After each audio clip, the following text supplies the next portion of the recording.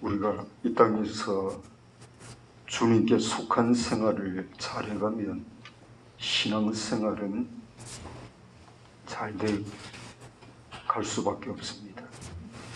주님께 속하는 생활이 잘못되면 우리 신앙생활은 안 됩니다. 아무리 기도를 많이 하고 금식을 많이 하고 선교를 많이 하고 금옷을 많이 한다 할지라도 주님께 속한 생활이 안 되면 우리 신앙생활은 안 되는 겁니다. 오늘 우리 이 점을 굉장히 중하게 생각해야 됩니다. 주님과 속하는 생활, 주님께 속한 생활, 우리에게는 해답이 있습니다. 다윗이 이 땅 살아갈 때 그 수많은 문제를 겪었지만 다윗이 뿌리 박을 곳은 주님밖에 없습니다. 오늘도 우리가 이 땅 걸어갈 때 많은 문제를 만나고 또 많은 여건 가운데 환경 가운데서 부딪힘이 많을지 모르겠지만 우리가 참 뿌리 박을 것, 다윗만 뿌리 박을 것 아니라 우리도 뿌리 박을 것이 예수님입니다. 요한계시록 우리가 맨 마지막 장에 나는 다윗이 뿌리라고 말씀해 준 것은 세례 요한의 뿌리라는 말인 겁니다. 세례 요한이 뿌리뿐 아니라 오늘 우리도 주님께서 뿌리를 박아라는 겁니다. 우리 뿌리가 되어주겠다는 겁니다. 뿌리는 보이지 않습니다. 보이지 않지만 그 뿌리는 여러분 사실 흔들어 보면 뿌리가 얕은 것은 쉽게 뽑혀버립니다. 그래서 그 뿌리가 깊은가 안 깊은가, 그래서 하나님은 우리를 종종 시험하시는 겁니다. 뿌리가 깊은 나무는 바람이 불어도 흔들리지 않습니다. 뿌리가 깊은 나무는 가뭄에도 견뎌갈 수 있습니다. 그러나 뿌리가 얕은 것은 가뭄도 견디지 못하고 바람도 견디지 못하고 외부적인 이런 갖가지 문제점들을 견디지 못하는 겁니다. 뿌리는 보이지 않습니다. 뿌리가 보인다는 것은 그는 벌써 끝입니다. 여러분, 뿌리가 보이지 않아야 그게 정상인 겁니다. 오늘도 주님은 우리 뿌리입니다. 그래서 오늘 우리 실제적인 생활 속에서 내가 오늘 주님께 속하는 그 생활은 굉장히 귀중합니다. 요한계시록 14장 우리가 12절 말씀은 이런 말씀하셨습니다. 성도들의 인내가 여기 있나니 저희는 하나님의 계명과 예수 믿음을 지키는 자라고 말씀하고 있습니다.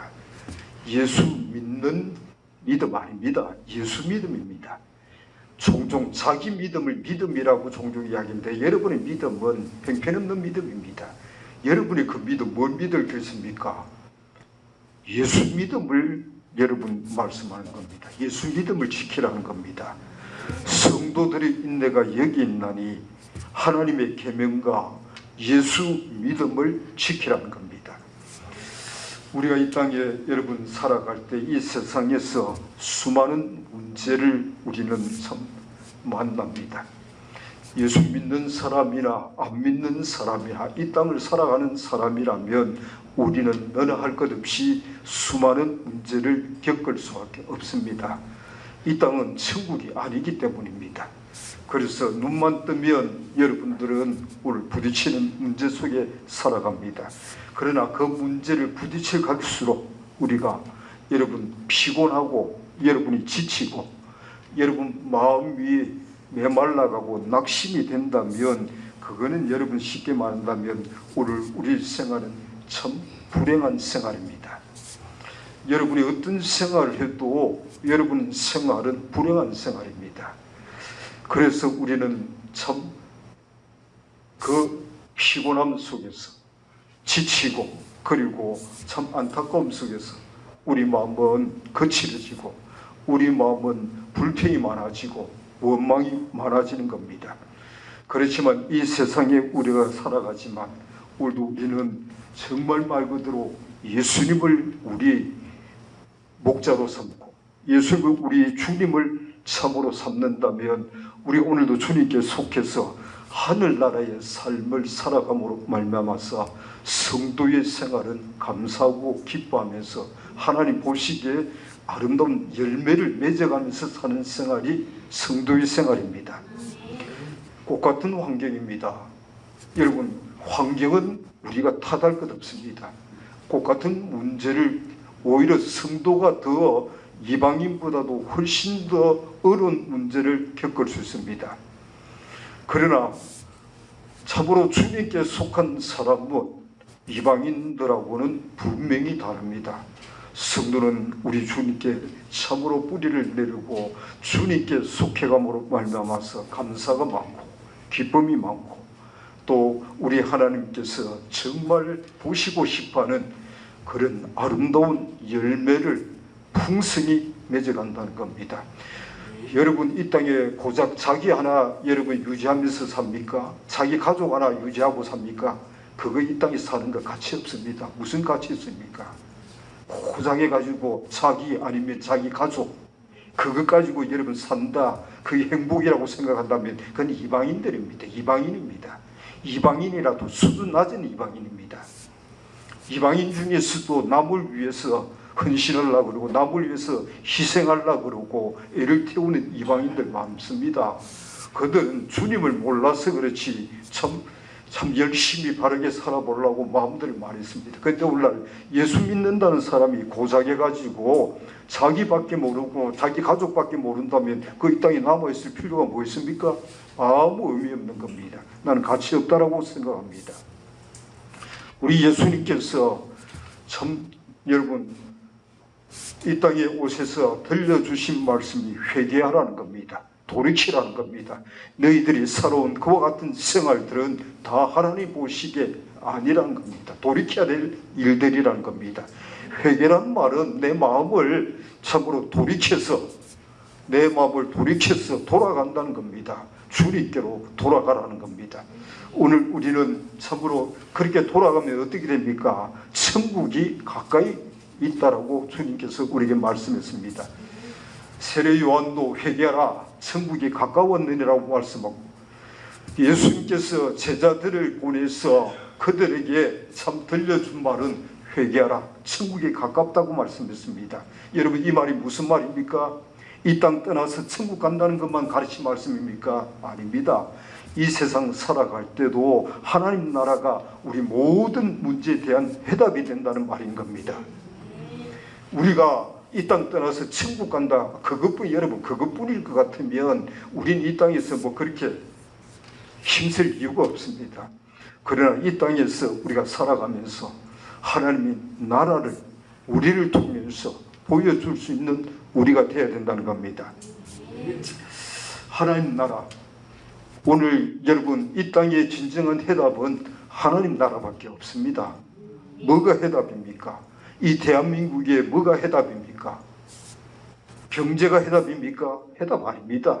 뭐 경제가 나아지면 지금 대한민국이 여러분 옛날에 비하면 엄청나게 잘 삽니다. 근데 잘 살수록 더 불평이 많고 잘 살수록 더 범죄가 많고 잘 살수록 더 제약이 많아지고 있습니다. 훨씬 더 참 우리 주님께서 마가복음 8장 마지막에 말씀하신 것처럼 이 세상은 어떻단 말입니까? 음란하고 이 세상은 죄가 많은 세상이라고 우리 예수님께서 말씀하셨습니다. 훨씬 더 살기 좋은 것처럼 보이지만 훨씬 더 죄가 더 많아지고 더 쉽게 말한다면 하나님 보시기에 심판받을 수밖에 없는 그런 더러운 생활을 한다 그 말입니다. 오늘 우리가 여러분 이 땅에 살아가면서 오늘의 나의 모든 문제 그것을 해결할 수 있는 유일한 해답은 하늘나라입니다. 시편 23편은 6절밖에 안 되는 아주 짧은 성서입니다.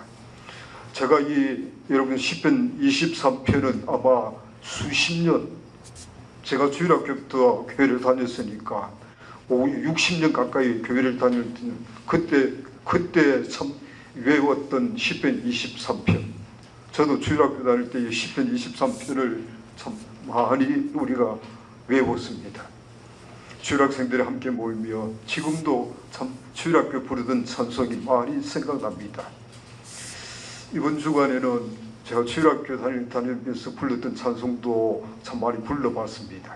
참 부르면서 제 마음이 너무 새롭기도 하고 참 너무 많이 그립기도 하고 너무 참 마음이 참 주님께 가까이 아기 같은 마음, 어린아이 같은 마음으로 우리 주님을 의지하고 싶은 그런 마음이 참 많이 들었습니다. 여러분 시편 23편은 참 6절밖에 안 되는 짧은 내용이지만 그곳에는 수많은 문제점들이 있습니다. 얼마나 많은 문제점이 있습니까? 오늘 우리가 가는 길 속에서, 오늘 우리 생활 속에서 우리가 정말 푸른 초장도 필요하고 쉴만한 물가도 필요하고, 그렇지만 우리 가는 길에 사망의 음침한 골짜기도 있고, 우리가 가는 그 길 속에서 원수도 있고, 우리가 가는 그 길 속에 수많은 문제들이 있는 이곳에서 주님께서 나의 목자가 되어 주실 때 우리는 부족함이 없다라고 다윗은 고백했습니다. 만약에 오늘 여러분 우리 가는 길에 부족함이 많다면 주님은 나의 목자시니 내게 부족함이 없으리로다. 이 성수는 바꿔야 됩니다. 내가 오늘 가는 길 속에서 여러분 주님이 나의 목자가 되어도 내가 가는 길에 너무 부족함이 많다라고 고백해야 될 겁니다. 주님이 나의 목자면 부족함이 없다는 겁니다. 그거는 여러분 시편 23편을 기록했던 다윗만 그런 것이 아니고 오늘 이 마지막 때를 살아가는 나에게도 꼭 같은 말이다, 그 말인 겁니다. 그래서 시편 23편은 과거가 아닙니다. 시상이 현재 진행형입니다. 오늘 주님은 나의 목자입니다. 주님께서 나의 목자가 되어주심으로 부족함이 없다는 것은 여러분 이 고백은 평생토록 할 수 있는 고백입니다. 평생 동안 할 수 있는 겁니다. 천국 가서도 할 수 있는 겁니다. 오늘 우리가 이 땅을 떠나 천국 가는 그날까지도 주님이 나의 목자이시기 때문에 내게 부족함이 없다는 이 고백은 우리가 정말 할 수 있어야 참된 승부입니다. 시편 23편 맨 마지막 절은 여러분 우리가 잘 알다시피 나의 평생의 선하심과 인자심이 정녕 나를 따르느니 내가 여호와의 집에 영원히 가겠다고 고백했습니다. 영원에 관해서 여러분 말하고 있습니다. 영원히 나옵니다. 근데 우리 시편 23편은 여러분 영혼뿐만 아니라 오늘 우리가 살고 있는 이 땅에서 일생에 관한 여러분 말 그대로 일생에 관해서도 하나님의 나라가 오늘 우리 가까이 있어야 된다는 겁니다. 오늘 우리는 하나님의 나라로서 살아가는 이 삶을 살아야 여러분이 오늘 이 땅에 살아가는 하나님께서 정말 기뻐하시는 그런 유익한 삶을 살 뿐 아니라 하나님의 원함을 참으로 우리가 이루어 드리면서 하나님의 기뻐하신 뜻을 우리가 알아간다라고 생각합니다. 여러분 만약에 오늘 우리가 하나님의 나라의 삶에 만족하지 못한다면, 여러분의 생활 속에 오늘 우리가 만족하지 못한다면 마가복음 8장 마지막 절에 우리 예수님께서 말씀하신 것처럼 이 음란하고 죄 많은 이 세상 가운데서 우리는 어쩔 수 없이 시달릴 수밖에 없는 겁니다. 어쩔 수 없는 겁니다. 여러분 생각해 보십시오. 여러분이 여러분 세상 이길 수 있습니까? 못 이깁니다. 여러분은 오늘도 이 세상에 속해서 피곤할 수밖에 없고요. 이 세상에 속해서 늘 갈등할 수밖에 없고 힘들어할 수밖에 없고, 그래서 우리는 정말 말 그대로 어둠과 죄악 가운데 사로잡혀서 살 수밖에 없는 겁니다. 에베소 2장 말씀처럼 보이지 않는 어둠이 우리를 사로잡아 휘감아 가는 겁니다. 공중에 권세 잡은 자가 우리를 주장할 수밖에 없는 겁니다. 그렇지만 오늘 우리가 주님께 속해서 우리 주님의 의로우심, 우리 주님의 그 밝은 빛 가운데서 우리 주님의 통치하심을 여러분이 받아간다면 우리는 오늘도 똑같은 여러분 환경이지만, 환경은 어제보다도 더 어려움이 있는 환경일지 모르지만 우리는 오늘도 감사가 있고, 우리는 오늘도 기쁨으로 찬양할 수 있고, 우리도 문제 많은 이곳에서 주님께 속한 하나님의 나라의 삶을 우리가 보여주면서 길갈 수 있다는 겁니다. 천국 가서 하나님 나라의 삶을 살겠다. 그 어리석은 겁니다. 천국 가서 하는 날을 살겠다는 게 아니라 우린 이 땅에서 하나님의 나라의 삶을 살아야 됩니다. 로마서 14장 17절은 뭐라고 합니까? 사도 바울은 하나님 나라는 성령님 안에서 의와 평강과 희락이라고 말씀했습니다. 하나님의 나라는 의로운 나라입니다. 하나님의 나라는 하나님께서 우리에게 주시는 평안의 나라입니다.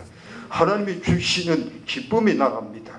오늘 우리는 이 세상에서 말 그대로 불평하고 원망하고 짜증내고 여러분 하나님께서 보고 싶지 않은 그런 모습 보여주려고 이 땅에 남아있지 않습니다. 우리가 사실 이 땅에 살면서 여러분 욕심을 부려보십시오. 여러분 원대로 됩니까? 여러분은 원대로 안 되니까 사람이 굉장히 강팍해지는 겁니다. 저는 식구들에게 이런 이야기 많이 했습니다. 저는 어릴 때 가만히 제 생각, 우리 은찬 형제만 할 때 가만히 생각해보면 제 동생들하고 한 번도 싸운 적 없습니다. 아마 우리 은찬 형제 여인자매하고 많이 다툴걸요. 틀림없이 많이 다툴 겁니다. 안 그렇습니까? 다툽니다. 보니까 하나를 보니까 저는 어릴 때 한 번도 동생들한테 가서 물어보십시오. 지금 제 말이 틀리면 동생들한테 전화를 해가지고 우리 형님 정말 말 그대로 어릴 때 어떻습니까? 한번 물어보십시오. 한 번도 동생들하고 다툰 적 없습니다. 항상 양보해 줬습니다. 먹는 것 가지고도 한 번도 제가 욕심 부린 기회가 없습니다. 한 번도 기회가 없습니다. 어린 나이지만 부모님한테 한 번도 야 이런 소리 못 들어봤습니다. 어머님 천국 가셨지만 아버님 천국 가셨지만 아버님에게도 한 번도 잔소리 들어본 적 없고요. 야 너 그만해 이런 소리 들어본 적 없고요. 제가 예수 믿고 나서 아버님이 제게 그런 이야기를 했습니다. 제가 이제 예수님을 알고 내 길을 딱 정했을 때 아버지 나는 이제 참 세상에 그 무엇보다도 저는 제 길을 정확하게 찾았습니다. 그때 아버님은 참 걱정을 저 때문에 걱정을 많이 하셨습니다. 그런데 나중에 아버님이 예수님을 믿고 나서는 아버님께 제게 와서 이런 얘기 했습니다. 너무 죄송합니다. 너무 잘못했습니다. 그 가는 길을 너무 많이 참 어렵게 한 것 같습니다. 저희 아버님 예수 믿고 나서는 참 생활이 180도 완전히 달라졌습니다. 그분만큼 기도 많이 하는 분 못 봤고요. 그분만큼 성경 많이 보는 분 못 봤고요. 신약 성경 어지간하면 다 외웠습니다. 그분이 그 나이에 참 대단하셨습니다. 저도 지금 참 그분을 대단하다고 제가 좀 이야기하십니다. 누가 대단한가? 저희 아버님이 대단한 게 아니고 저희 아버님 안에 살아주신 주님이 대단하신 겁니다. 연세가 80이 넘어가지고도 여러분 성경 여러분들이 어느 정도 외웁니까? 성경 어디 있는 것도 잘 모르지 않습니까? 제가 젊었을 때는 글쎄 성경을 딱 듣거나 창세기부터 요한계시록을 늘 참 묵상해 가면 뭐 외우지는 못해도 어느 성서는 어디에 딱 쉽게 말하면 뭐 말 그대로 주님을 바라보는 그 마음으로 묵상할 만큼 말입니다. 그런데 저희 아버님 같은 경우는 신약을 거진 제가 알기로는 그래서 부산에 있는 참 식구들이 다 많은 그들의 도전이 되고 또 그들은 말 그대로 참 할아버지를 통해서 신앙을 참 말 그대로 본을 삼을 만큼 말입니다. 많은 분들이 참 주님 앞에 살아보려고 많이 애를 태웠던 것 같습니다. 사도 바울은 고린도전서 4장 20절에 하나님 나라는 말에 있는 것이 아니고 능력에 있다라고 이야기했습니다. 여러분 자기 속에 살면요 사람이 천박하게 사는 겁니다. 진짜 천박한 겁니다. 도대체 왜 사는가? 그에 대해서 봐도 참 안타깝습니다. 무슨 가치가 있습니까? 저는 오늘 우리가 참 이 보잘것없고 천박한 내가 주님 손에 들여서 헌신되고 난 뒤에 우리 삶이 얼마나 굉장한가, 저는 그 점에 대해서 오늘 저녁에 잠깐 여러분에게 좀 제시를 해보려고 생각합니다. 그러지 않으면 교회를 10년, 20년, 50년을 다녀도 대나 보잘것없는 천박한 그 생활하는 겁니다.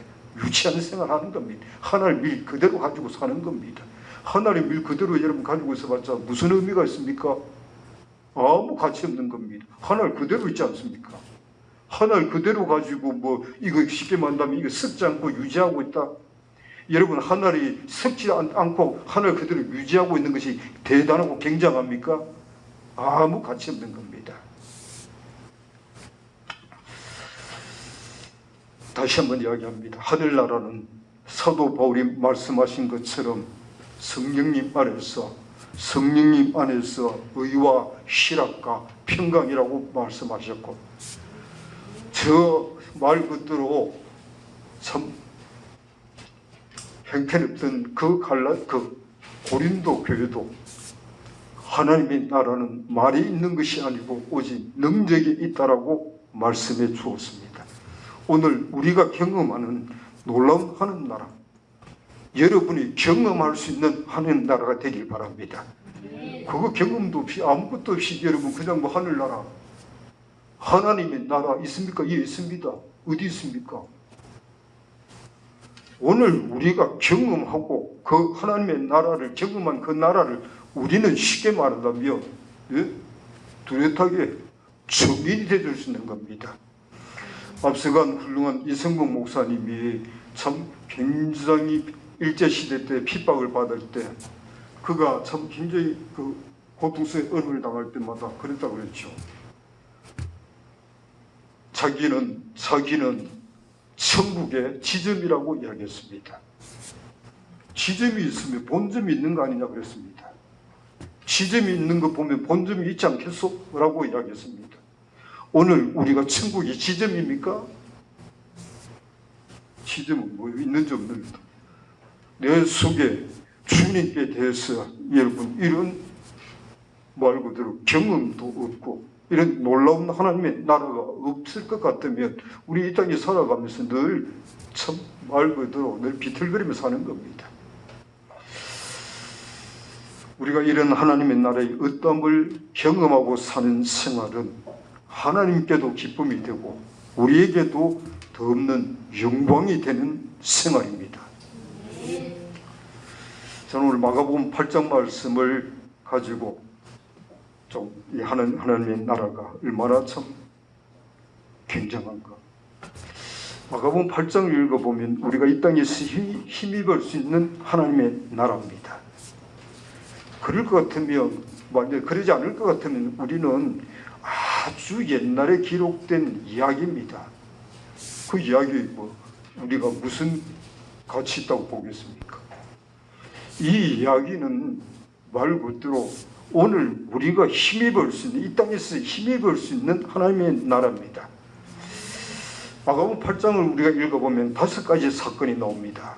이 5가지 사건을 본다면 첫 번째 나오는 사건은 예수님께서 보리떡 7개와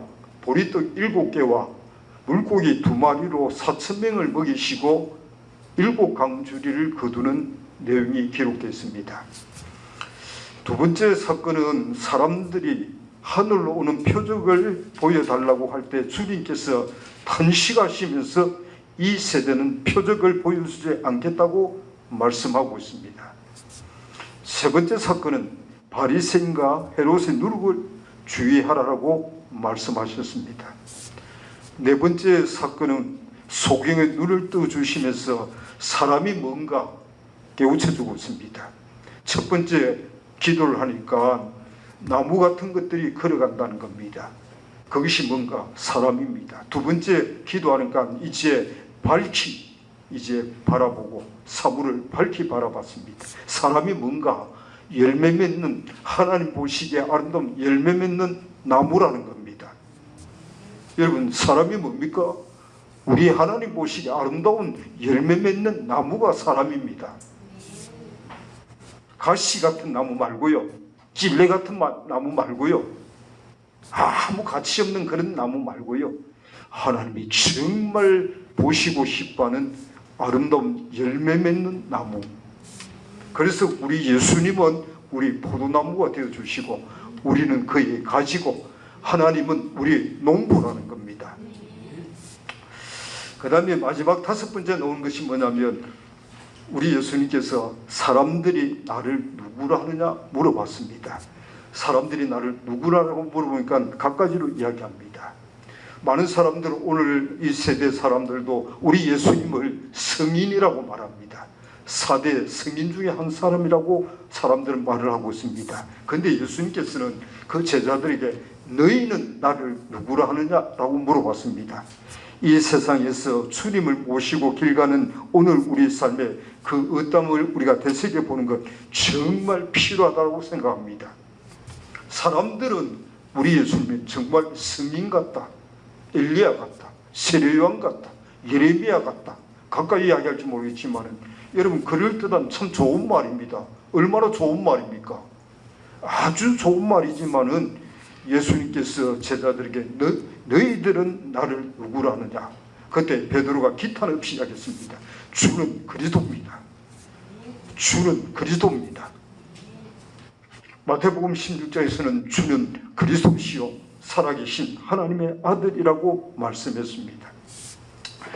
자, 오늘 우리는 마가복음은 이 오래전에 예수님께서 이 땅에 계실 때 사건을 기록한 내용이겠지만, 오늘도 저 보좌에 계신 주님께서 나를 향해서, 우리를 향해서 이렇게 역사할 수 있음을 생각해 보는 것 굉장히 귀중하다는 겁니다.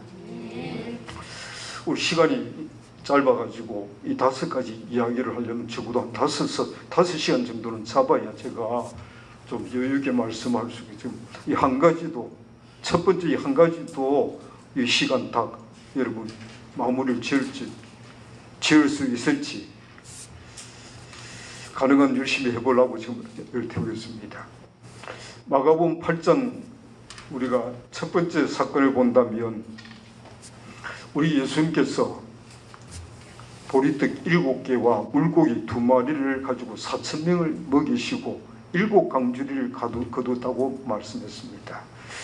여러분, 마가복음 8장 읽어보면 분명히 제자들이 말하는 이 광야에서 라고 이야기합니다. 이 광야에서 우리 예수님께서 참 그 마가복음 8장을 읽어보면 큰 무리들이, 아마 적어도 몇천 명 되는 그 큰 무리들이 예수님과 함께 사흘 동안 함께 있었던가 봅니다.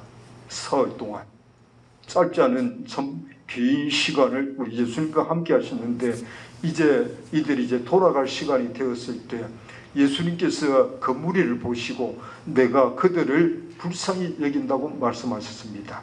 저희가 나와 함께 있은 지 이미 사흘이라고 말씀하시면서 그들에게 먹을 것이 없다라고 이야기했습니다. 우리 주님께서 하신 말씀이, 내가 저희를 굶겨서 보낸다면 저들은 쉽게 말한다면 길에서 기진해서 다 쓰러질까 우리 주님은 걱정했습니다. 그 중에서 멀리서 온 사람도 있다라고 주님은 말씀하시면서, 그때 제자들이 뭐라고 대답한가? 그때 제자들이 하는 말이 이랬습니다. 주님, 이 광야에서 어디서 떡을 얻어서 이 사람들을 말 그대로 배부르게 먹일 수 있습니까? 불가능하다 그 말입니다. 그때 주님께서는 그들에게 물었습니다. 제자들에게 물었습니다. 떡이 몇 개 있느냐? 떡이 몇 개가 있느냐? 물어봤습니다. 물론 제자들이 말할 때 7개입니다 라고 이야기했습니다. 자, 마가복음 이 8장 말씀 첫 번째 이야기할 때 이 광야입니다. 광야. 이 광야에서 환경이 지금 여러분 정말 거친 메마른 광야입니다. 첫 번째 이 이야기를 저는 가만히 생각하면서, 우리는 이 보리떡 5개와 물고기 2마리로 주님께서 5,000명을 먹인 사건을 잘 압니다. 마태복음 14장, 지난번에 잠깐 이야기했지만, 마가복음 6장, 누가복음 몇 장요? 9장, 요한복음 6장. 제가 지난번에 잠깐 말씀했습니다. 주님께서 보리떡을 가지고 물고기 2마리를 가지고 먹인 그 이야기가 나옵니다.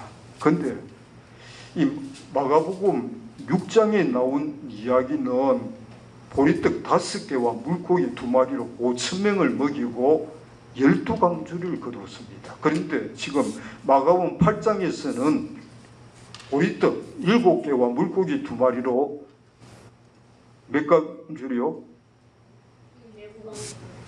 7강주를 거뒀다는 겁니다. 아니 여러분, 보리떡이 더 많은데, 보리떡이 2개나 더 많은데, 그리고 먹은 사람은 1,000명이나 더 적은데, 왜 거둔 것은 쉽게 말하면 많이 먹고 보리떡 5개는 12강주를 거뒀는데 보리떡 7개고 4,000명은 7강주를 거뒀습니까? 예? 주님께 얼마나 많이 드리는가, 그건 별 문제 없다는 겁니다. 그건 별 관계 없는 이야기인 겁니다. 그런데 우리가 이곳에서 우리가 특별히 우리 주님의 마음을 많이 우리가 참 표현해 주고 있습니다. 우리 주님의 마음을 많이 우리가 생각해 볼 수 있습니다. 수많은 사람들이 주님께 와서 사흘 동안 함께 있고 난 뒤에, 여러분 하루도 아니고 이틀도 아니고 3일 동안 이 많은 사람들이 함께 있은 이런 내용들은 성서에서 찾아보기가 참 어렵습니다. 우리가 사도행전에 10일 동안, 열흘 동안 있은 사람들은 120명이지 여기처럼 4,000명이 있는 엄청난 그런 많은 숫자가 아닙니다. 그건 주님의 제자들하고 주님의 사람들이 모여서 기다린 것이지. 그런데 여기는 광야고 그리고 사흘 동안 우리 주님과 함께 여러분 그들이 시간을 보냈습니다. 그리고 나서 이제 그들을 주님께서 보내려고 할 때 그들은, 주님은 그냥 그들을 보내려고 하지 않았습니다. 주님께서 내가 그들을 불쌍히 여긴다고 말씀합니다. 내가 그들을 불쌍히 여기노라라고 말씀했습니다. 저들이 나와 함께 이미 사흘 함께 있는데 먹을 것이 없다라고 우리 주님께서 말씀하셨습니다.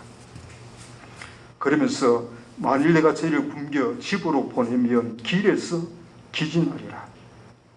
그 중에서 멀리서 온 사람도 있느니라. 여러분, 그 수많은 사람들이 언제 예수님과 다 대화를 했겠습니까? 3일 동안 예수님과 함께 대화를 했겠습니까? 감히 그 사람들이 예수님께 가가지고 말을 붙였겠습니까? 그러지 않았습니다. 고작해서 제자들이 주님과 대화를 조금씩 했을지는 모르겠지만 그들은 주님과 그렇게 대화를 나눈 시간도 없었습니다. 그런데 우리 주님께서는 멀리서 온 사람도 있다라고 한다면 그 많은 사람들을 전부 다 알고 계신다는 겁니다. 우리 주님은 전부 다 알고 계신다는 겁니다. 얼마나 우리 주님의 마음이 따뜻합니까? 제가 이런 이야기하면 여러분들은 어떻게 생각할지 모르지만 저도 어떤 데 한 번씩 주님께서 제게 성령님을 빛으로 딱 가르쳐주면 때를 따라 제가 딱 이야기하면 어떤 분은 이렇게 이야기합니다. 누가 목사님한테 가지고 그대로 고자질했다는 겁니다. 나는 그분에 들은 이야기 없습니다. 근데 자기가 한 일을 목사님이 그대로 이야기한다는 겁니다. 그 멍청이 같은 사람인 겁니다. 우리 주님은 여기 수만 명이 모이는 그 한 사람 한 사람을 주님은 다 안다는 겁니다. 저들 중에서 멀리서 온 사람도 있다. 예수님은 그 많은 사람들 형편을 너무 잘 알고 계시지 않습니까? 그들이 먹을 것 없는 것도 아시고 멀리서 왔다는 것도 알고 그들이 길을 가다가 길에서 기진할 것도 아시고 그들 형편을 우리 주님은 훤히 아시고 계시지 않습니까? 그런데도 마치 우리 주님을 여러분들은 못 믿고 있는 겁니다. 저는 그런 적이 여러 번 있습니다. 말씀을 뭐 증거하면서 말씀을 증거하면서 또 이야기하면 어떤 분이 이렇게 합니다. 절대로 이야기 안 한다는 겁니다. 그게 이야기하면 누가 목사님한테 가서 고자질 해가지고 목사님께서 그대로 말씀한대. 멍텅구리 같은 사람입니다. 나는 주님이 아신다라고 생각합니다. 그런 일들은 한 번, 두 번 아닙니다. 저 경험상으로.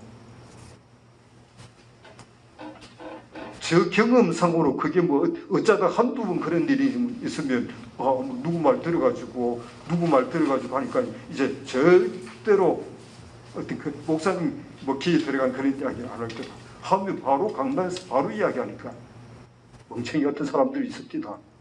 저는 학교 교회 있을 때도 내가 어떤 말씀을 하니까 한 학생이 찾아와가지고 자기 쉽게만 생각을 묻고 저한테 쉽게만 한다면 고자질했다는 겁니다. 그래서 그 많은 학생들 앞에서 자기 딱 들으면 사람들이 다 안다는 겁니다. 자기 이야기인 것을. 그런데 제가 그 강단에서 그 많은 사람들 앞에서 그 이야기를 했다고 막 펄쩍펄쩍 뛰고 우는 학생도 있었습니다. 여러분, 우리 주님은 우리 형편을 아십니다. 오늘도 주님께서 우리 한 사람 한 사람의 형편을 알고 계신다는 겁니다. 우리 궁핍함도 알고 우리 길도 아시고 우리 집이 어떤 곳에 있는 것도 아시고 오늘 내 문제점도 아시고 우리 주님은 아신다는 겁니다. 그런데 우리 주님은 아시는 거로 끝나는 것이 아니고 주님은 그 아시는 주님은 우리를 불쌍히 여겨주신다는 겁니다. 불쌍히 여겨주신다는 말은 그냥 그대로 여러분 네 문제 가지고 살아라 그게 아니라 그 문제를 해결해 주시려고 한다 그 말입니다. 자, 우리 예수님은 아실 뿐 아니라 그리고 내가 저들을 불쌍히 여겨노라 할 만큼 주님은 우리에게 적절한 은혜를 주시기를 기뻐하십니다. 여러분 문제점 주님 아십니까? 대답들 안 하시죠. 알까 싶어 걱정이죠. 감추려고 애를 태우니까. 여러분의 문제를 주님이 아실까 싶어가지고 덮기에 걱걱합니까? 덮어도 아십니다. 시편 139편을 여러분이 시간 있으면 읽어보십시오. 우리 집은 우리 안고 일었음도 아시고 우리 생각도 아시고 우리 모든 것 다 아시는 주님입니다. 그래서 나의 문제점을 아시고 오늘 나를 불쌍히 여겨주셔서 나에게 도움을 주시는 주님입니다. 그런데 우리가 그 주님께 나가야 그 주님께 나가서 그 문제를 주님께 해결하도록 여러분들이 요구를 해야 될 거 아닙니까? 아시는 주님이니까 다 알아서 해주세요. 절대로 주님은 역사 안 합니다. 그런 분에게. 예? 그런 분에게는 주님은 일절 역사하지 않습니다. 주님이 다 알아서 아시는데 내가 다 알아서 해주세요. 내가 병들으신 거 고쳐주세요. 평생 고침 못 받습니다. 성경 말씀 보시면 병든 사람들이 자기가 원해서 어떤 사람은 침상체, 예? 어떤 사람은 어쨌든 쉽게 만나면 사람들이 그 병자를 데리고 옵니다. 데리고 오지 못하면 주님께 와서 간청을 하든가 초청을 하든가 어쨌든 우리 주님이 오셔야 그 문제가 해결된다는 겁니다.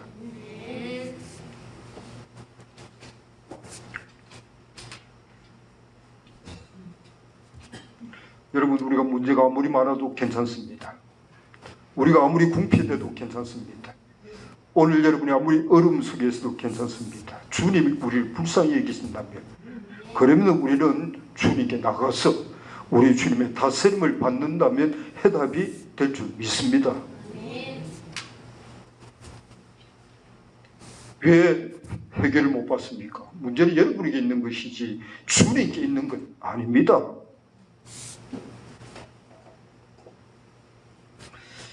그래서 우리가 주님으로 말미암아서 우리가 그런 은총을 누리고 그런 은총 가운데서 우리가 여러분 보내진 곳에 나아갈 수 있다는 것은 정말 기쁜 일이고 행복한 일이라고 생각합니다. 저는 우리 주님이 주시는 은혜는 족한 은혜입니다. 족한 은혜입니다. 요한복음 10장 9절은 뭐라고 이야기합니까? 내가 문이니 누구든지 나로 말미암아 들어가면 구원을 얻고 또는 들어가면 나오며 꼴을 얻으리라고 말씀했습니다. 도적이 오는 것은 도둑질하고 죽이고 멸망시키는 것뿐이지만 내가 온 것은 양으로 생명을 얻게 하고 더 풍성히 얻게 하려 함이라고 말씀하셨습니다. 우리 예수님께서 요한복음 10장 28절에 뭐라고 말씀했습니까? 내가 저에게 영생을 주려니 영원히 멸망치 아니할 테라고 말씀하셨습니다. 또 저희를 내 손에서 빼앗을 자가 없다고 말씀했습니다. 요한복음 10장 27절에 뭐랍니까? 내 양은 내 음성을 들으며 나는 저희를 알며 저희는 나를 따른다는 겁니다. 오늘 우리 주님께 나가서 우리 주님을 따라 봅시다. 분명히 우리에게 우리 주님은 주시는 그 은총은 족한 은총입니다. 놀라운 은혜입니다. 그래서 우리가 광야에 나가도 주님 계셔서 우리 주님과 사귐 속에 족함이 있고 또 그 주님을 모시고 우리가 우리 마음속에 의지하고 함께 여러분들이 또 주님 모시고 나간다면 나간 곳에서 오늘 여러분이 때를 따라 참 여러분 조용하게 주님과 사귀기 위해서 새벽마다 여러분의 시간을 가지지 않습니까? 그거는 교회를 와도 광야입니다.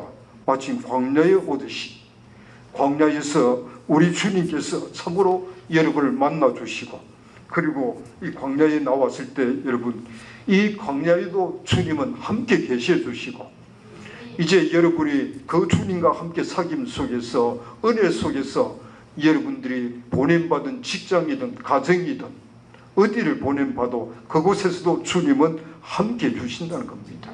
그리고 우리 주님께서는 함께 주시는 그 주님은 오늘 우리를 통해서 역사해 주시는 주님입니다. 놀라운 주님 아닙니까? 자, 오늘 여러분 새벽에 만나 광야에서만 은혜 받고 끝나는 것이 아니라 여러분이 직장에 갔어도 주님은 함께 주십니다. 그 함께 주시는 주님의 은혜는 족한 은혜를 주시는 겁니다. 그러므로 우리가 이 마가복음 8장에서 내가 불쌍히 여기노라 그리고 내가 안다 여러분의 형편 주님은 아신다는 겁니다. 지금 주님 양식도 다 떨어져 갑니다. 어떤 분은 나는 지금 양식이 다 떨어졌습니다. 그리고 내 길 가는 길이 너무너무 먼 길입니다. 근데 주님 그 일일이 다 헤아려 주시고 주님은 알고 계신다는 겁니다. 그래서 우리가 이 놀라운 주님을 모시고 살게 된 것 얼마나 감사한 일입니까? 감사하지 않습니까? 저는 감격스럽습니다. 저는 하루를 보낼 때마다 제 하루 일과가 늘 주님 모시고 평범하지만 마음은 늘 어떤 때는 감격스럽습니다. 그래서 못 부르는 찬송이지만 우리 주님께 찬송 올려드리기도 하고 또 주님께 기도하기도 하고 또 주님께 참 부탁하기도 하고 주님을 모시고 함께 할 수 있다는 게 얼마나 참 감사가 되는지 얼마나 참 위로가 되는지 그리고 주님은 그런 우리를 여러분 귀한 사명을 허락해 주신다는 겁니다. 주님의 사람은 사명이 있습니다. 자, 마가복음 8장 5절에 보면 우리 주님께서 제자들에게 이렇게 합니다. 너희에게 떡 몇 개가 있느냐? 너희가 떡 몇 개가 있느냐? 제자들이 7개입니다. 7개 있습니다. 야, 오늘 문제가 참 여러분 많이 있는데 어려움이 많이 있는데 주님은 주님께 속한 우리를 이 땅의 축복의 통로로 삼으려고 합니다. 축복의 근원으로 삼으려고 합니다. 자, 너에게 떡이 몇 개가 있느냐? 예수님께서 말라고 물어봅니까? 너에게 떡이 몇 개나 있느냐 물어볼 게 아니고 야, 너희들 혹시 떡 있는 대로 다 가져오라 이렇게 하면 될 거 아닙니까? 너에게 떡이 몇 개가 있느냐? 이거 왜 물어보십니까? 있는 대로 다 가져오라. 이렇게 하면 될 텐데.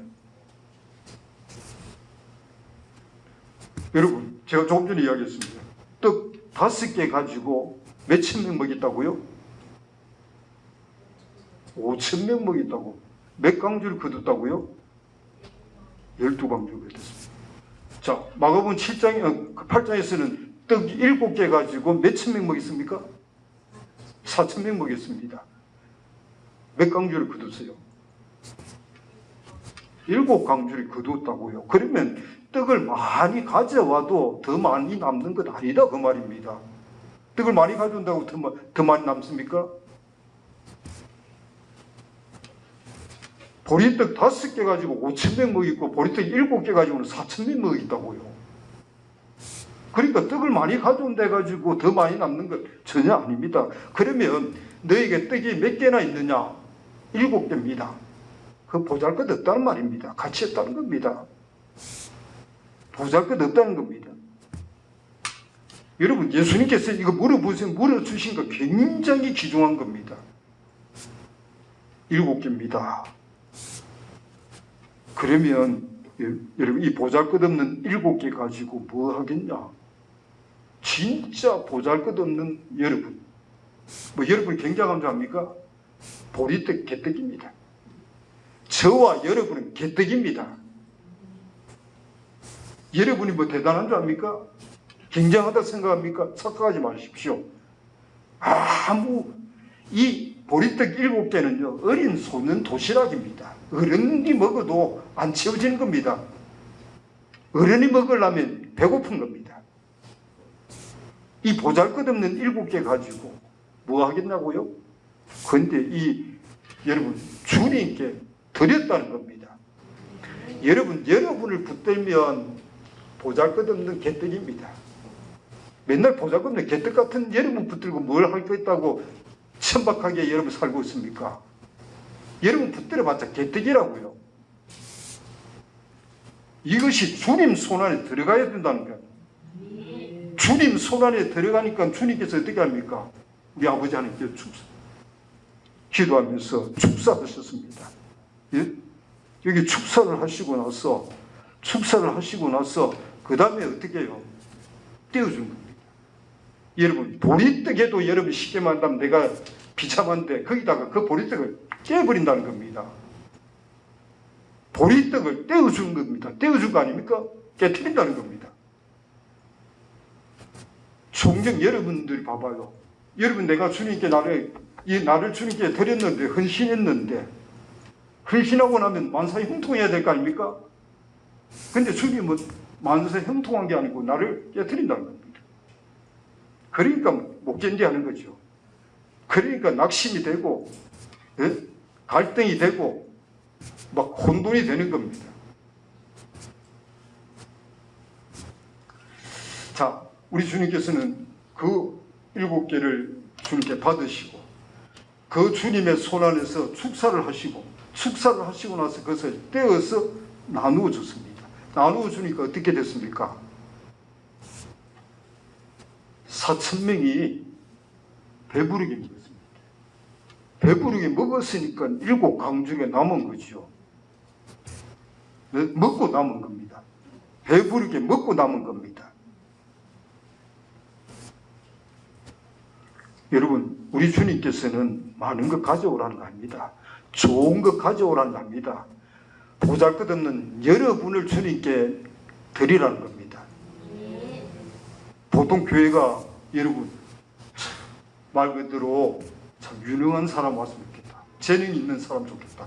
우리 교회 뭐 찬양 잘하는 사람 왔으면 좋겠고, 뭐 실력 있는 사람 왔으면 좋겠고, 뭐 굉장한 어떤 이런 사람 왔으면 좋겠고, 그건 세상인 겁니다.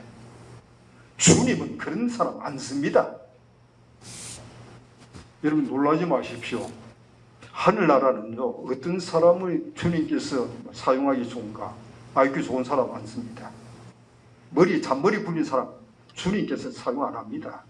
잠깐은 자기가 시키면 한다면 뭐 할 수 있을지 모르겠지만, 주님은 그분을 통해서 주님은 쉽게 말하면 축복의 통로로 안 삼는다고요. 하나 예를 든다면, 우리 믿음의 조상 아브라함이 자기 아들 이삭과 3일 동안 길 갑니다. 그러면 이삭이 만약에 머리가 좋다 생각하면 계산을 할 거 아닙니까? 어떻게 될 건가? 내 아들을 10개만 데리고 모리아산 올라갔을 때 하나님께서 어떻게 할까? 계산을 하고 간다. 순종 안 합니다. 순종할 수도 없습니다. 이삭 생각하고 사라 생각하고 이 생각하고 저 생각하고 계산을 하고 있는데 순종이 됩니까? 어제 본다 머리가 나쁜 것처럼 주님의 말씀이니까 그 말씀을 100% 믿고 따라가는 겁니다. 우리가 주님께 드린다는 건 지금 굉장한 거 드리라는 게 아닙니다. 보리떡 드리라는 겁니다. 이 보리떡이 누군가? 보리떡이 누굽니까? 우리 교회에서 식구들은 자기는 아니랍니다. 다 똑똑하니까. 그러니까 저 배우지 못한 무식한 베드로, 예? 저 무식한 어부들이죠, 그죠? 저 형편없는 주님의 제자들입니까? 아닙니다. 오늘 우리 자신들입니다. 사실 우리가 여러분 이 보잘것없는 것 가지고 온 건 문제 아닙니다. 여러분이 보잘것없는 건 문제 안 된다고요. 뭐가 그런 문제입니까? 보잘것없는 여러분을 붙들고 있는 여러분이 문제다 그 말입니다. 보잘것없는 여러분을 주님 손에 드리라는 겁니다. 주님 손에 안 드리니까 이 보잘것없는 거 가지고 맨날 뭐 봐봤자 뭐 불평할 수밖에 없는 겁니다. 그거 뭐 보리떡 개떡 같은 자기인데 찰떡도 아니고, 예? 그러니까 자기를 보니까 성격도 개떡, 예? 뭐 어느 거 하나 뭐 내세울 게 없다고 말이야. 자랑할 게 없다고 말이야. 그러니까 여러분이 보잘것없는 자기가 문제가 아니고 보잘것없는 자기를 주님께 안 드리는 것이 문제고 자기를 붙들고 있는 것이 문제다 그 말입니다. 우리가 이 보잘것없음을 깨우쳐가는 것 굉장히 복입니다. 근데 이 보잘것없는 자기를 여러분 알고 나면 뭐 낙심이 됩니다. 내가 이렇게 참 형편없는 줄 몰랐습니다. 내가 이렇게 무능한 줄 몰랐습니다. 내가 이렇게 참 이 정도일 줄 몰랐습니다. 그 깨우치면 다 주저앉아 버리면 멍텅구리 되어 있습니다. 이 보잘것없는 우리를 알아가면서 뭘 하란 말입니까? 우리 주님을 기대하라는 겁니다. 뭘 기대하라고? 족한 은혜를 주신다는 겁니다. 우리 주님은 이런 우리에게 족한 은혜를 주시려고 합니다. 이걸 기대하라는 겁니다.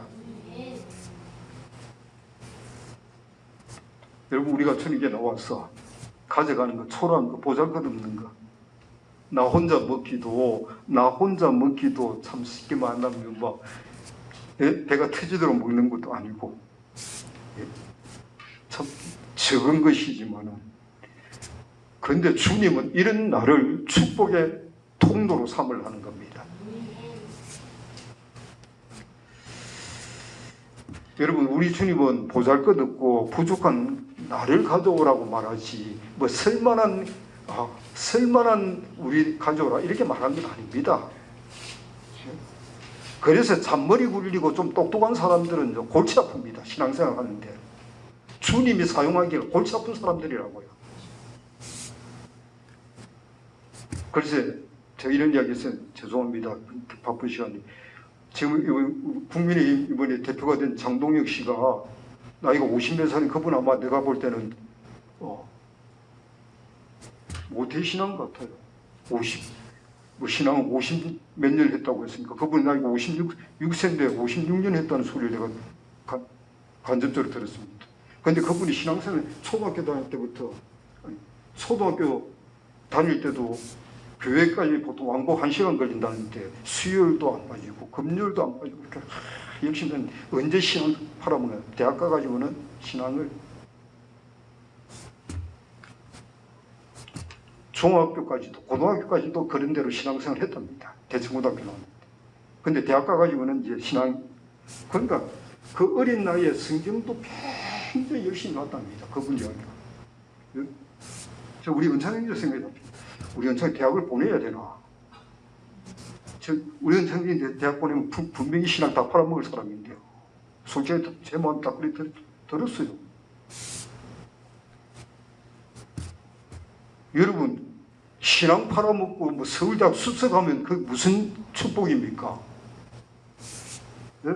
내가 공부 가르친 애가 대학 자기과에 수석으로 졸업했습니다. 수석으로 입학했습니다. 신앙 다 팔아먹었어요.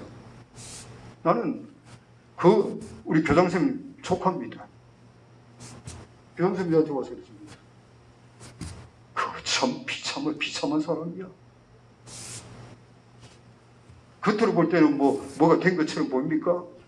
가치 없습니다. 그런데 이분이 이 대학 가가지고 나중에는 참 주님 앞에 이제 그러니까 지식적으로 성경을 어릴 때부터 모태신앙에서 성경을 무지 많이 봤다고 합니다. 기도 수요일도 안 빠지고 주일도 우리 연청이 그렇잖아요. 수요일 모이면 하나도 안 빠졌답니다. 어린 나이에. 그 어린이가 왕복 1시간씩 걸어 다니겠어. 그런데 자기가 이제 어느 날 참 주님께서 자기에게 찾아오시고 또 자기가 참 정말 이제 주님을 찾고 지금은 그냥 분위기가 환경이 이런 가운데 우리가 주님을 믿는다. 나는 오늘 우리 자신들이 정말 보잘것없고 천박한 것을 발견하는 것 굉장한 복이라고 생각합니다. 그래서 이런 나를 주님께 헌신한다. 내가 쓸만하고 지혜롭고 놀라운 자가 되어서 주님께서 헌신한다. 어떤 분은 서울대학 수석을 했는데 다른 데 안 가고 주님께 헌신합니다. 난 그 별로 그렇게 굉장하다 생각 안 합니다. 그게 누군가 내가 다니엘 그걸 이끌 같은 그 목사님 아닙니까? 지금은 그분도 한때 정치한다고 쫓아다니다가 예? 지금은 별 볼 일 없이 아마 사라져버린 것 같아요.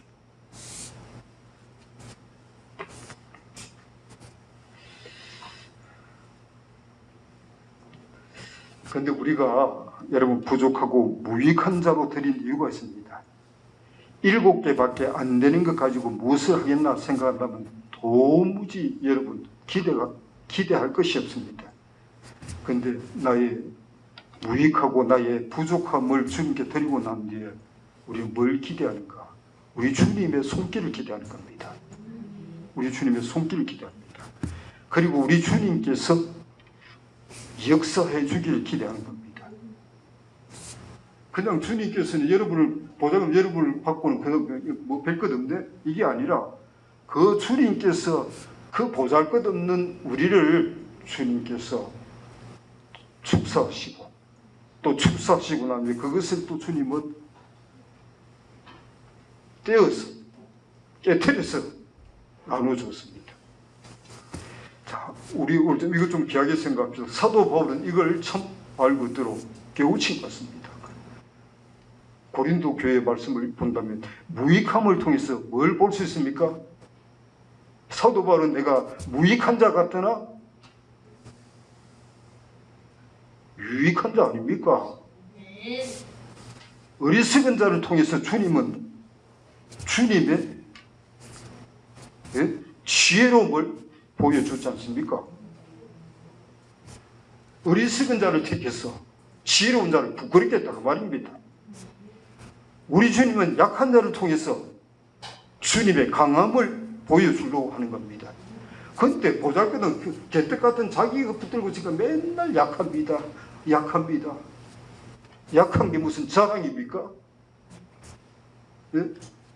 개떡 같은 자기를 주님께 드리라고요. 그리고 주님께서 축사하시고 그 주님의 역사하시도록 우리가 기대를 가지자고요. 그러지 않으면 여러분은 약한 자기 가지고 맨날 이 약한 이 나를 갖다가 어떻게 해결할 건가 그 궁리만 하고 사는 겁니다.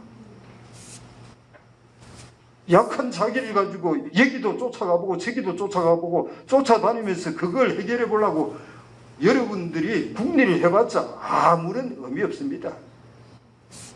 약한 자를 통해서 우리 주님의 강함을 나타낼 수 있어야 됩니다. 무능한 자를 통해서 우리 주님의 능력을 볼 수 있게 되길 바랍니다. 그래서 주님은 우리에게 물어주신 겁니다. 자, 다시 한번 얘기합니다. 우리 무익한 자기 붙들지 말고요. 무익한 자기 주님께 드립시다. 주님께 드리고 끝내지 말고요. 그분을 기대하자고요. 우리 주님을 기대할 뿐 아니라 그래서 주님의 놀라운 우리가 통로가 되자고요. 나는 우리 몸된 식구들이 정말 주님께서 여러분을 사용할 수 있는 그런 통로가 되길 바랍니다. 여러분, 우리 이곳에 주목할 것이 있습니다. 주님은 그것을 받으시고 우리 주님은 축사지고 떼어주셨다고 제가 이야기했습니다. 그러면 우리가 이렇게 생각합니다. 여러분 주님께 드렸습니까? 여러분 주님께 헌신했습니까? 주님께 헌신하고 난 뒤에는 우리 주님의 손 안에서 어떻게 됩니까? 쪼개진다는 겁니다. 여러분 자기를 주님께 드렸는데, 예? 쉽게 이야기할게요. 내가 예수 믿는데 되는 것이 없다. 되는 것이 없다. 그럼 여러분 얼마나 성질납니까? 되는 것이 없다면 막 성질이 나는 겁니다. 되는 것이 없다면 마음이 상하는 겁니다. 예? 되는 것이 없고 도리어 어떻게 된가? 깨어져 가고 있다는 겁니다. 그러니까 낙심이 되고, 예? 주님 생각도 하기 싫고, 주님의 사람은 꼴도 보기 싫고, 그죠? 그러지 않습니까? 실상인 겁니다. 아니, 내가 주님께 드렸으며 만사 형통하게 돼야 될 거 아닙니까? 근데 주님께 드리고 나서는, 그 다음에 주님께서는 축사를 하시고 나서 그 다음 깨버립니다. 다 짜게는 겁니다. 예? 생선도 짜게 버리고, 떡도 짜게 버리고, 다 부서지는 겁니다.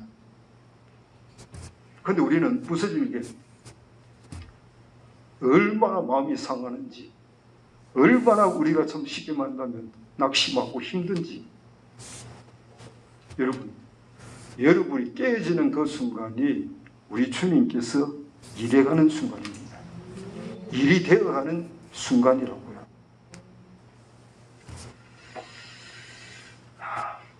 여러분, 그때 우리는 주님의 손 안에 있는 것, 그래서 우리는 뭐가 필요합니까? 인내가 필요하다고요. 견뎌야 된다고요.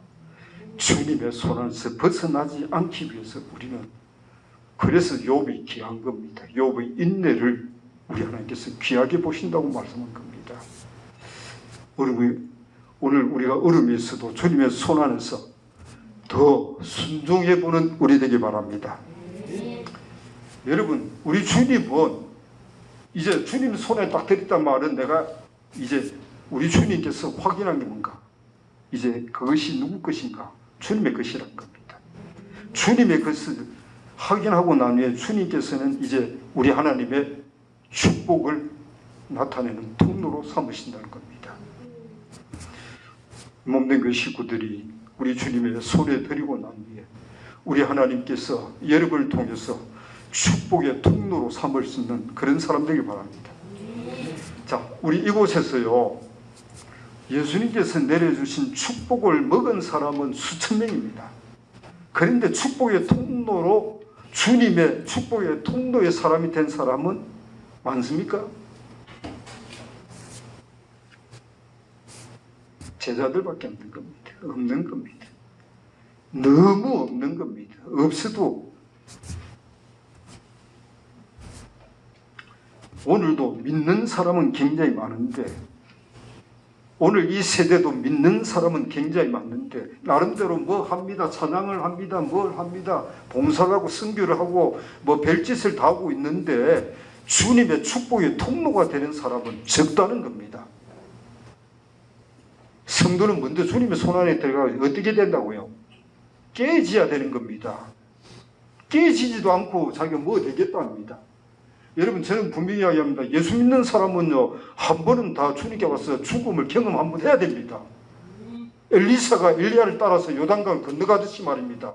우리는 예수님의 십자가에 동참해서 주님의 십자가에 우리 한번 다 죽어야 되는 겁니다. 죽지도 않은 자기 가지고 쉽게 말하면 뭘 한답니다. 죽지도 않은 자기 가지고 무슨 주님의 축복의 통로가 되겠다고 여러분. 그래서 그분들 조금만 손대봐 봐봐요. 못 견뎌하는 겁니다. 주님은 깨야 되는 겁니다. 하나님의 뜨겁게 사랑하는 번제를 드렸습니까? 그러면 가루가 되는 소재가 돼야 되는 겁니다. 근데 IQ가 좋고 머리를 잘 굴린 사람은 안 깨지는 길로 피해갑니다. 안 깨지는 길로, 안 죽는 길로. 그래서 피해 다니는 겁니다. 그러니까 신앙생활 안 되는 겁니다. 그분 시간이 가면 갈수록 신앙은 이제 머리뿐입니다. 이제 문자뿐이다 그 말인 겁니다. 실제적으로 주님의 굉장함이, 주님의 그 놀라움이 나타내는 통로로 사용을 못한다 그 말입니다.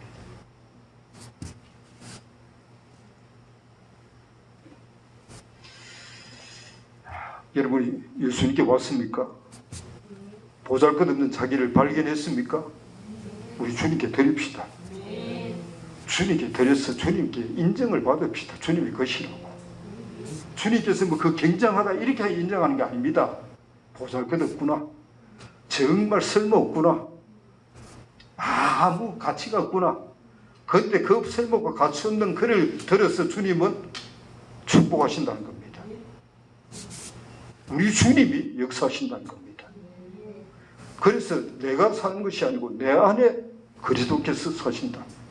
갈라디아 교회 형편없는 교회지만 사도 바울이 내가 그리스도와 함께 십자가에 못 박혀 죽었나니 그런즉 이제는 내가 산 것이 아니요 내 안에 누가 산다고요? 그리스도가 사신 것이라. 이제 내가 육체 가운데 사는 것은 나를 사랑하사 나를 위하여 자기 몸을 버리신 하나님의 아들을 믿는 믿음 안에 산다는 겁니다.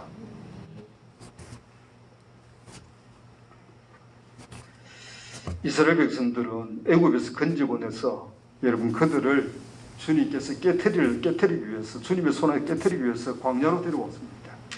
광야로 데려오니까 그들은 다 죽는다는 겁니다. 하나님 날 죽이려고 한다.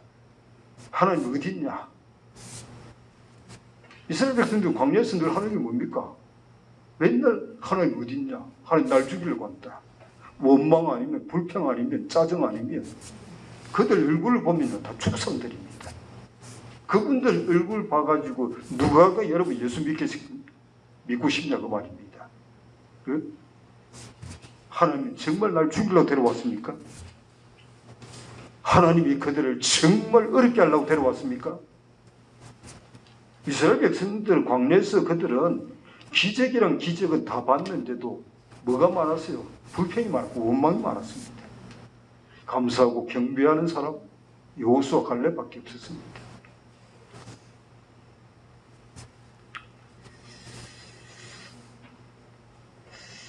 자, 주님은 주님의 손 안에서 깨어져 가면서도 감사하고 기뻐하고 경배하는 그 사람을 통해서 우리 주님은 축복의 통로로 삼는다는 겁니다. 어린 대살림과 교회지만 예수 믿은 지 어렵지만 예수 믿고 나서 왜 여러분 만세 형통해야 되지 않습니까? 그런데 예수 믿은 그들에게 큰 환란이 왔습니다. 그들은 주님이 보잘것없는 자기를 주님께 드리는데 이제 주님을 믿고 순종해 가는데 그들에게 하나님께서 준 것은 큰 환란. 이 환란은 뭐 하기 위해서요? 깨트려주기 위해서요.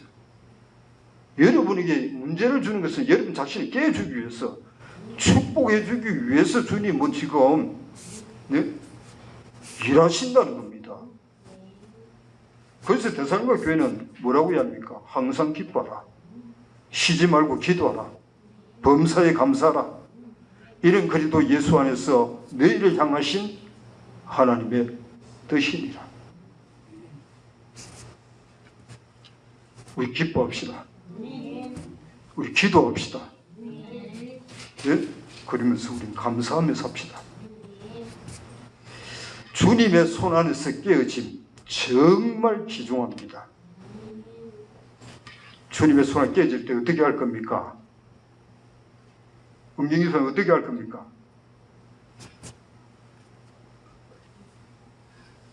항상 기뻐하라고 했잖아요.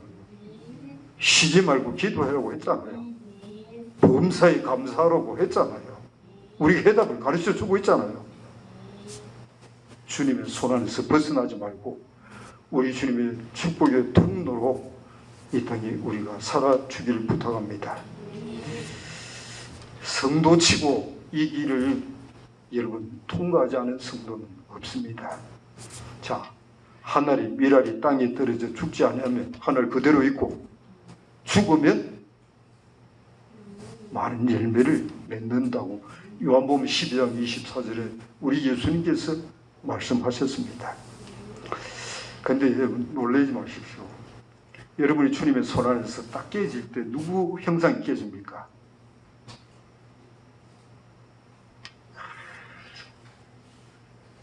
여러분이 주님께 드려가지고 헌신했는데 이제 주님의 손에 들었습니다. 보리떡 7개를. 여러분 주님의 손 안에서 딱 깨어질 때 누구 형상이 깨집니까?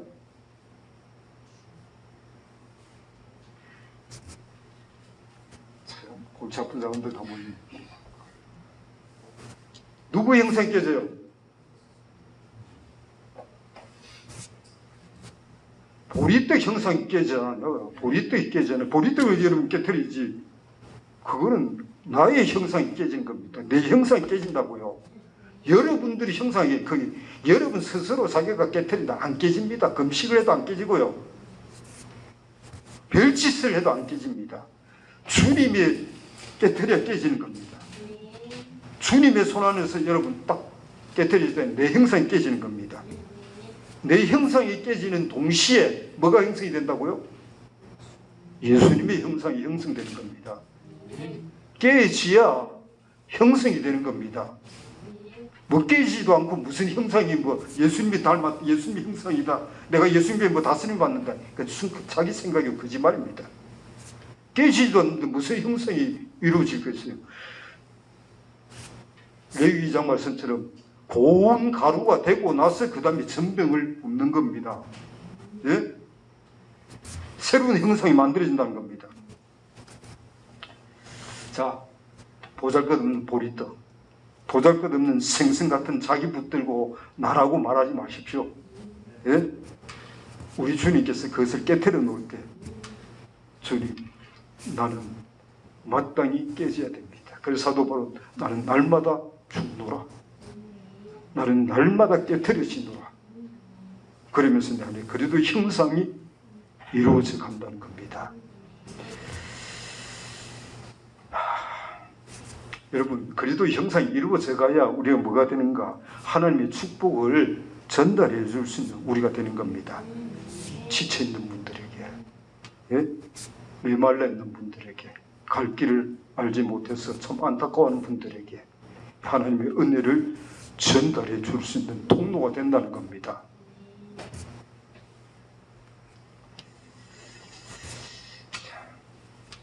마가복음 8장에 5가지 이야기하려고 그러면 오늘 밥을 세워야 여러분에게 참 제대로 전달해 줄 수 있습니다. 이제 한 가지 다 한 거 아니고 한 절반쯤 했습니다. 우리 주님은 기대할 만한 분입니다. 주님 모시고 열심히 우리가 참 살아보기를 부탁합니다.